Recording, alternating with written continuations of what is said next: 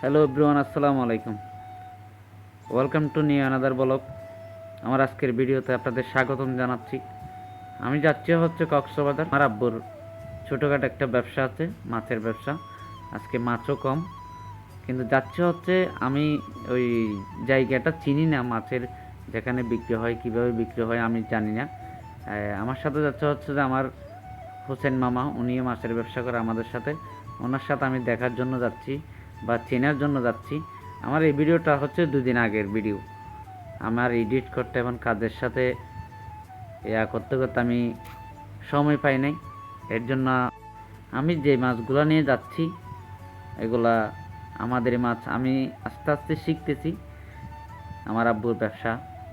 যদি জীবনে কখনো আব্বুর হাত ধরে সফল হতে পারি, এর জন্য আপনারা সবাই দোয়া করবেন আমার জন্য, আমি যাতে আমার আব্বুর ব্যবসা নিয়েই সফল হতে পারি।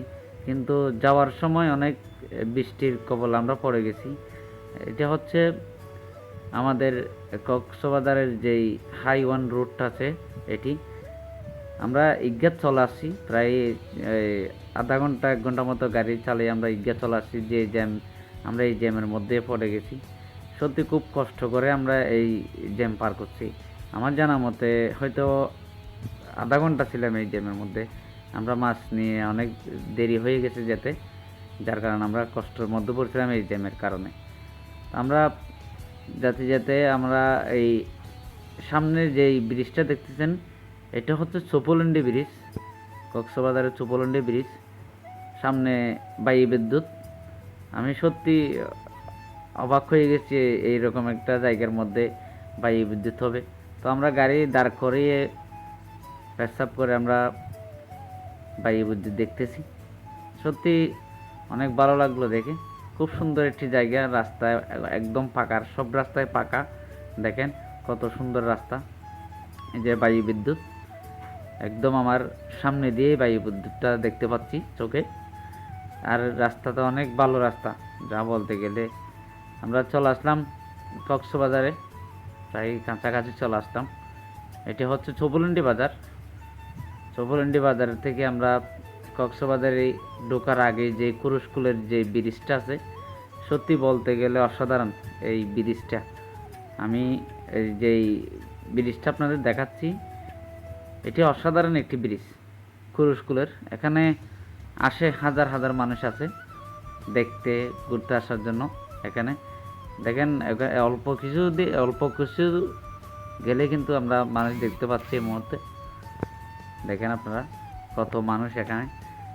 সত্যি আমি এই ব্রিজটা দেখে চিন্তা করতেছি, আমাদের বদরখালী ব্রিজটা যদি, আমাদের বদরখালী মহেশখালীর সেতুটা যদি এরকম হতো তাহলে কতই না ভালো হতো। দেখেন আপনারা এই পর্যটক নগরী কক্সবাজারে এমন একটা ব্রিজ হবে আমরা কল্পনাও করতে পারিনি।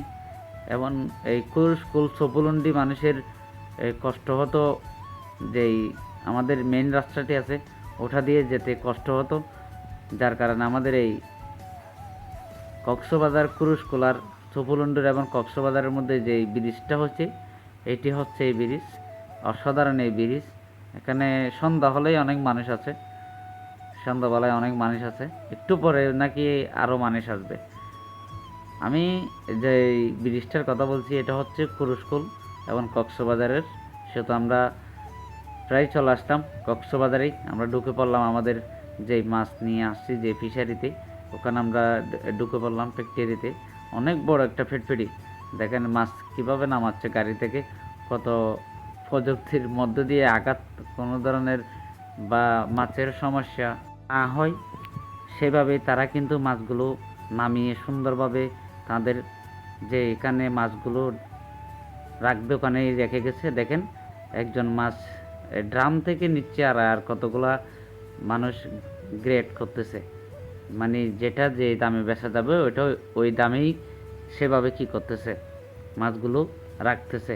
তো আমরা দেখতেছি, আমি জীবনের প্রথম আসলাম এখানে, আমি কোনোদিন আসি নাই। এই যে মাছ মাপতেছে। তো আমাদের কাজ শেষে আমরা চলে আসলাম। এই পর্যন্ত আমার আজকের ভিডিও। ভুল টুলটি হলে সবাই ক্ষমা দৃষ্টিতে দেখবেন।